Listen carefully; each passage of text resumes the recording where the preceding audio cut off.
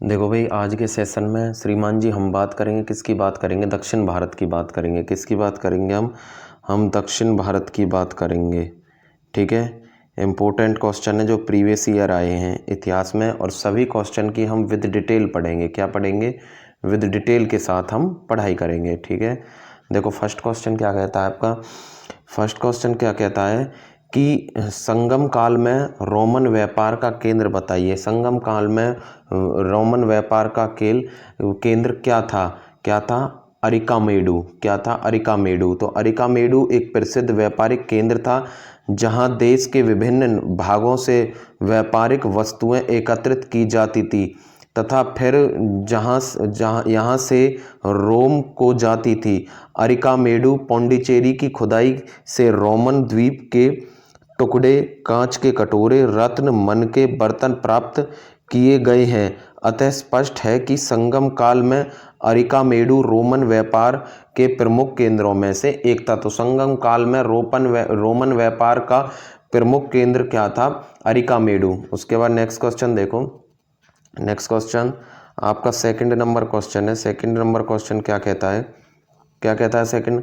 कि गंगा को उत्तर से दक्षिण, कहाँ से? उत्तर से दक्षिण ले जाने वाला चोल राजा कौन सा था? कौन सा था? चोल राजा था राजेंद्र चोल था।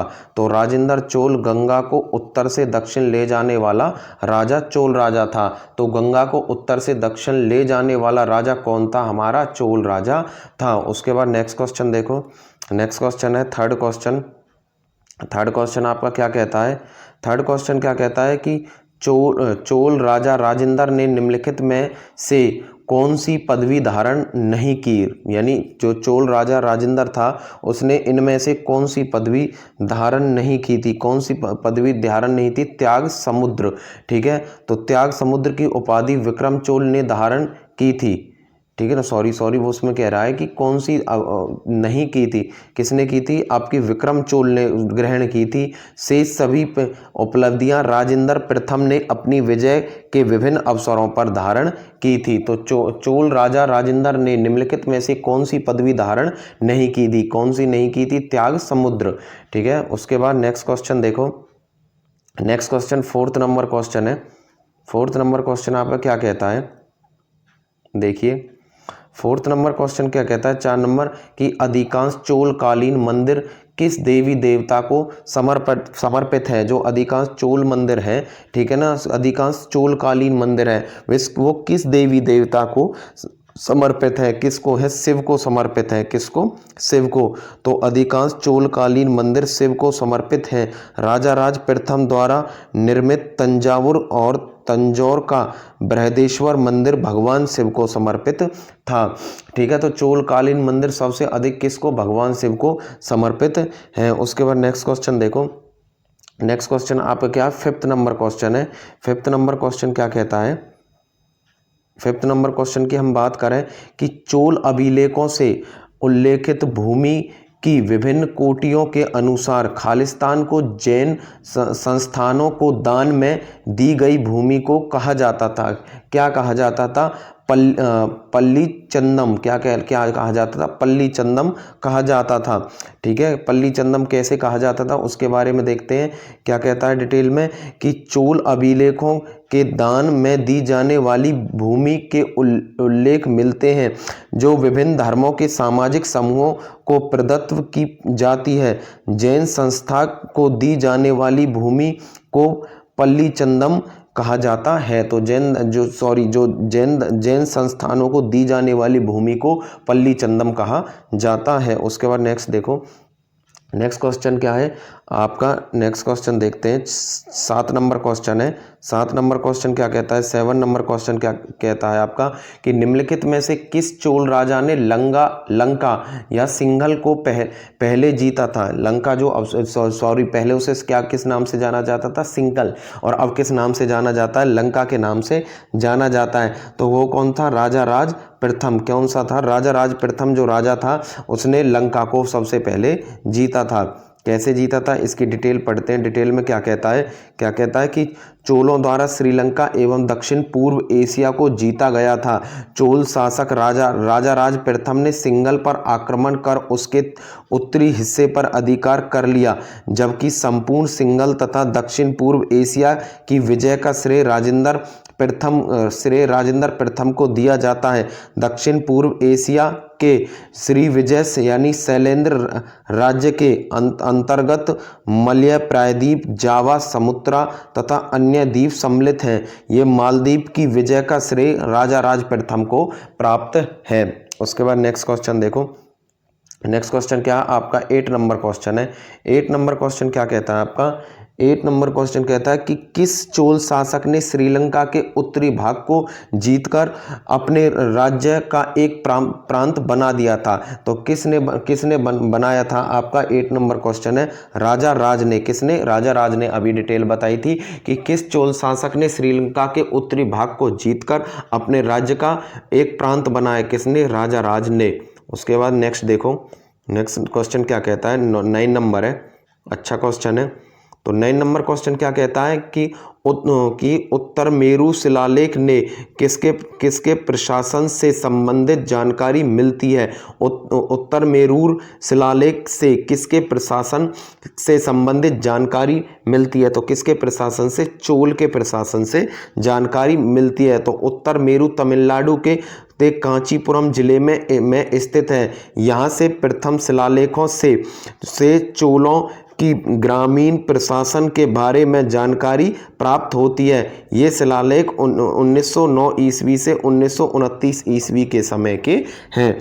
उसके बाद नेक्स्ट क्वेश्चन देखो, इसी का है। नेक्स्ट क्वेश्चन क्या कहता है आपका देखो 10 नंबर क्वेश्चन क्या है, बहुत अच्छा क्वेश्चन है 10 नंबर कि किस चोल शासक ने नई राजधानी गंगईकोंडा चोलपुरम का निर्माण किया था। तो किस चोल शासक ने गंगईकोंडा चोलपुरम का निर्माण किया था? किस चोल शासक ने किया था? राजेंद्र प्रथम ने।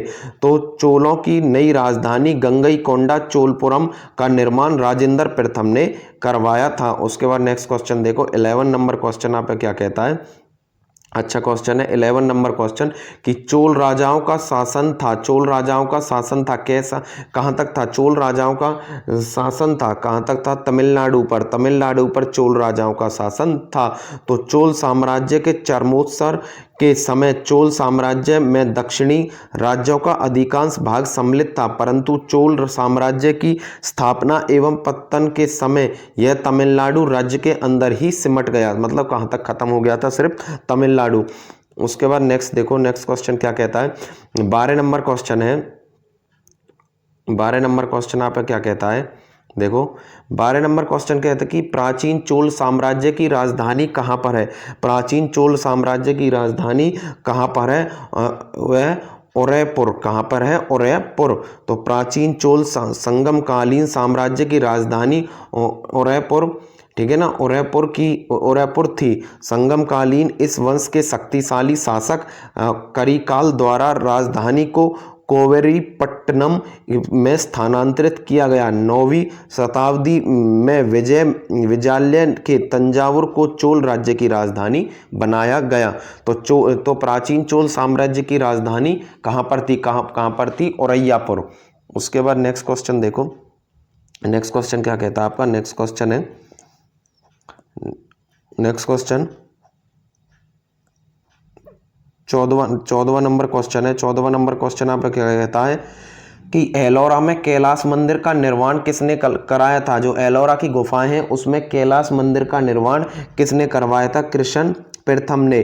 तो महाराष्ट्र के एलोरा में कैलाशनाथ मंदिर का निर्माण राष्ट्रकूट, किसने? राष्ट्रकूट नरेश कृष्ण प्रथम ने करवाया था। यह मंदिर बेसर शैली से निर्मित है। तो एलोरा में कैलाश मंदिर का निर्माण किसने करवाया था? कृष्ण प्रथम ने करवाया था। उसके बाद next question, question number second क्या कहता है, सॉरी 15 नंबर क्वेश्चन क्या कहता है देखते हैं। 15 नंबर क्वेश्चन क्या है, 15वां नंबर क्वेश्चन क्या है कि एलोरा में प्रसिद्ध शिव मंदिर का निर्माण किसने करवाया था? किसने करवाया था शिव मंदिर का निर्माण? किसने कराया था? राष्ट्रकूट शासक कृष्ण प्रथम ने। राष्ट्रकूट का शासक कृष्ण प्रथम ने एलोरा के शिव मंदिर का निर्माण करवाया था।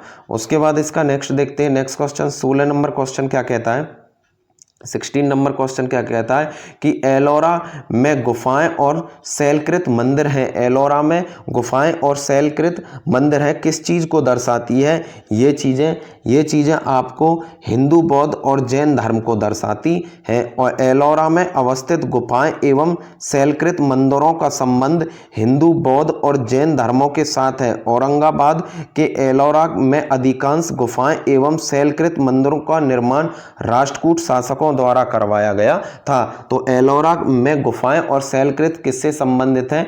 हिंदू धर्म से, बौद्ध धर्म से और जैन धर्म से संबंधित है। उसके बाद देखो नेक्स्ट क्वेश्चन क्या है, 17 नंबर क्वेश्चन है, क्या कहता है 17 नंबर क्वेश्चन आपका? 17 नंबर क्वेश्चन, निम्नलिखित में से कौन सी पुस्तक राष्ट्रकूट के राजा अमोघवर्ष ने लिखी थी? अमोघवर्ष ने कौन सी किताब लिखी थी? कविराज मार्ग। तो अमोघवर्ष ने कौन सी प्रमुख पुस्तक लिखी थी? कविराज मार्ग पुस्तक किसने लिखी थी आपकी?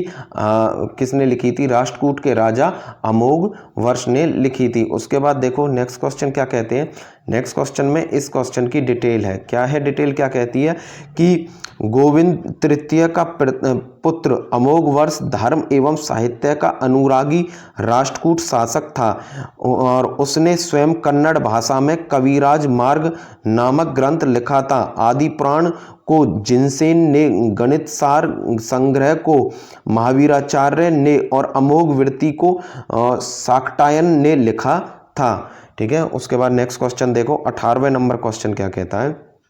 18वें नंबर क्वेश्चन क्या कहता है कि महाबलीपुरम के सप्त पगोड़ा किसके द्वारा संरक्षित कला के साक्षी हैं? यानी महाबलीपुरम के सप्त पगोड़ा किसके द्वारा संरक्षित कला के साक्षी है? किसके साक्षी हैं? 18 नंबर क्वेश्चन पल्लवों के। किसके? पल्लवों के।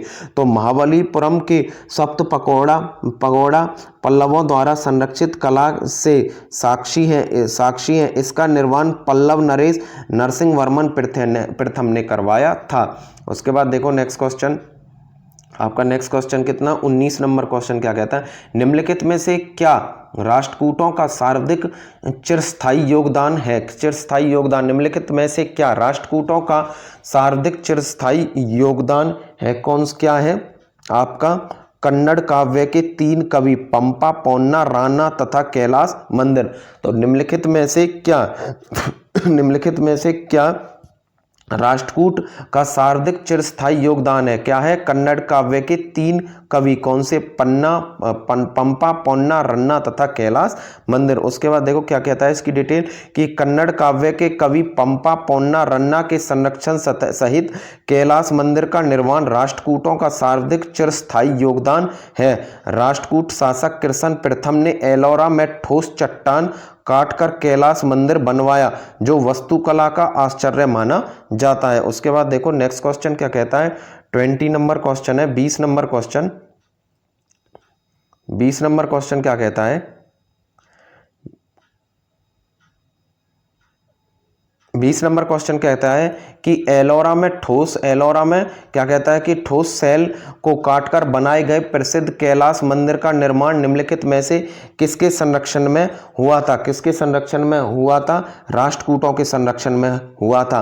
तो एलोरा के कैलाश मंदिर का निर्माण राष्ट्रकूट वंश के राजा कृष्ण प्रथम ने करवाया था। एलोरा महाराष्ट्र के औरंगाबाद जिले में वैरूल नामक स्थान पर स्थित है, जहां 34 शैलकृत गुफाएं बनाई गई हैं। तो एलोरा के ठोस शैल को काटकर बनाए गए प्रसिद्ध कैलाश मंदिर का निर्माण निम्नलिखित में से किसके संरक्षण में किया गया था? किसके में? राष्ट्रकूट के संरक्षण में किया गया था। उसके बाद नेक्स्ट क्वेश्चन देखो, नेक्स्ट क्वेश्चन 21 नंबर क्वेश्चन है। 21 नंबर क्वेश्चन क्या कहता है कि कौन सा प्राचीन भारतीय साम्राज्य नीचे उसकी राजधानी के साथ गलत जोड़े के रूप में अंकित है। कौन सा अंकित है आपका? सी, पल्लव वेल्लोर। ये हमारा गलत है, बाकी सब सही है। वेल्लोर पल्लव वंश की राजधानी नहीं थी, पल्लव वंश की राजधानी कांची थी। शेष सभी विकल्प सही है। मौर्य किससे संबंधित है? पाटलिपुत्र से। पांड्या किससे संबंधित है? मदुरई से। और काकीतोया किससे संबंधित है? वारंगल से। लेकिन जो पल्लव है वो किससे संबंधित है? वेल्लोर पल्लव वंश की राजधानी नहीं थी। पल्लव वंश की जो राजधानी थी कौन सी थी? कांची। पल्लव वंश की राजधानी कौन सी थी? कांची पल्लव वंश की राजधानी थी। उसके बाद देखो next question, 22 number question. 22 number question क्या कहता है कि किस पल्लव शासक के शासनकाल में पल्लवों और चालुक्यों के बीच लंबा संघर्ष शुरू हो गया? तो किस पल्लव शासक के शासनकाल के दौरान किस किस के बीच में पल्लवों और चालुक्यों के बीच लंबा संघर्ष आरंभ हो गया था? किसके शासनकाल में? महेंद्र वर्मन प्रथम के शासनकाल में। तो महेंद्र वर्मन 600 से 600 महेंद्र वर्मन प्रथम 600 से 630 ईस्वी के शासनकाल में पल्लवों और चालुक्यों के बीच लंबा संघर्ष शुरू हो गया। उसके बाद 23 नंबर क्वेश्चन क्या कहता है? 23 नंबर क्वेश्चन क्या कहता है? किस राजवंश के दौरान महाबलीपुरम मंदिर का निर्माण किया गया था? किस राजवंश के दौरान महाबलीपुरम मंदिर का निर्माण किया गया था? किस राजवंश के दौरान? आपका पल्लव राजवंश के दौरान। तो महाबलीपुरम के रथ मंदिर का निर्माण पल्लव शासक के द्वारा कराया गया था। रथ मंदिर एकादशम पत्थर से निर्मित है। तो किस वंश के दौरान महाबलीपुरम मंदिर का निर्माण किया था? पल्लव वंश के द्वारा। आगे देखो नेक्स्ट क्वेश्चन क्या कहता है? 24 नंबर क्वेश्चन है, ठीक है। 24 नंबर क्वेश्चन अच्छा क्वेश्चन है। क्या कहता है कि महाबलीपुरम में रथ मंदिर का निर्माण किस पल्लव शासक के शासनकाल में हुआ था? ठीक है, किस शासक के शासनकाल में हुआ था? नरसिंह वर्मन प्रथम के शासनकाल में। किसके? नरसिंह वर्मन प्रथम के। तो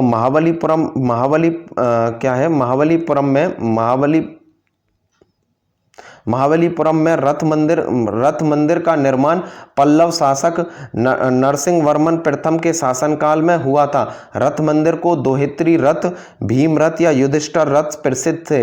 रथ मंदिर एकादश पत्थर से निर्मित है। तो महाबलीपुरम में रथ मंदिर का निर्माण पल्लव शासक किसने करवाया था?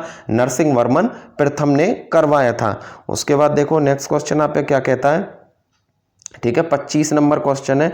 25 नंबर क्वेश्चन क्या कहता है कि पुलकेशिन द्वितीय, ठीक है, पुलकेशिन द्वितीय किसका महंतम शासक था? किसका महंतम शासक था? आपका वातापी के चालुक्य। वातापी के जो चालुक्य का प्रथम महंतम शासक कौन था? पुलकेशिन द्वितीय। उसके बाद नेक्स्ट देखो, नेक्स्ट क्या कहता है, इसकी डिटेल देखो। पहले क्या है कि इसकी डिटेल क्या कहती है? आपकी डिटेल कहती है कि पुलकेशिन द्वितीय का चालुक्य वंश यानी वातापी से संबंधित था। यह इस वंश का सबसे प्राचीनतम राजा था। इस वंश का प्रथम स्थापना, इस वंश की स्थापना जयसिंह ने की थी। तो पुलकेशिन द्वितीय का चालुक्य वंश से संबंध था। उसके बाद नेक्स्ट क्वेश्चन देखो। नेक्स्ट क्वेश्चन क्या है आपका? 26 नंबर क्वेश्चन है। 26 नंबर क्वेश्चन क्या कहता है आपका? 26 नंबर क्वेश्चन है, निम्न में से कौन सा शिलालेख चालुक्य सम्राट पुलकेशिन द्वितीय से संबंधित है? कौन सा संबंधित है? आपका ऐहोल है। ऐहोल जो शिलालेख है वो उसके चालुक्य सम्राट पुलकेशिन द्वितीय से संबंधित है।